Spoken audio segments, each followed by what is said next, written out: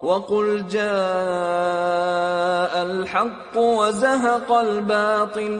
إِنَّ الْبَاطِلَ كَانَ زَهُوقًا۔ اللہ رب العالمین نے قرآن کو وہ کتاب بنایا ہے کہ جس کے بارے میں اللہ رب العالمین خود قرآن کے اندر ارشاد فرماتا ہے کہ شہر رمضان الذی انزل فیہ القرآن ھدی للناس وبینات من الھدی والفرقان، کہ قرآن کی خاصیت اللہ رب العالمین بتاتا ہے کہ یہ کتاب ہدا ہے، ہدایت دینے والی کتاب ہے۔ اللہ رب العالمین نے اس کتاب کو ہدایت کے لیے نازل کیا۔ یہ کتاب فرقان ہے، حق اور باطل کے درمیان تمیز کرنے والی ہے۔ یہ وہ کتاب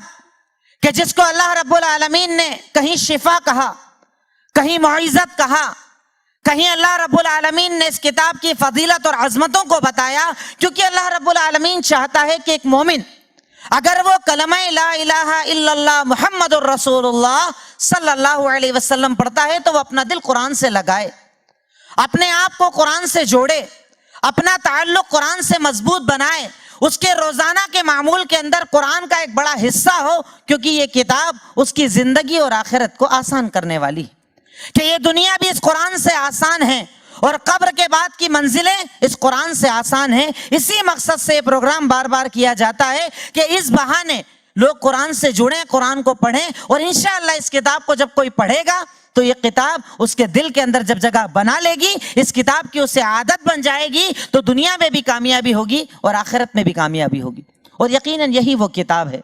کہ آج جب ہم ابھی پروگرام کی جو پہلی نشست، پہلا سیشن آپ کے سامنے چل رہا تھا، اس میں نے ذکر کیا کہ قرآن کی خاصیت یہ ہے کہ اللہ کے نبی نے ارشاد فرمایا کہ ان اللہ یرفع بہذا الکتاب اقوام، کہ رب العالمین اس قرآن کی بنیاد پر، اس قرآن سے جڑنے کی بنیاد پر کچھ لوگوں کو عزت دے گا اور چھوڑنے کی بنیاد پر کچھ لوگوں کو ذلیل کر دے گا۔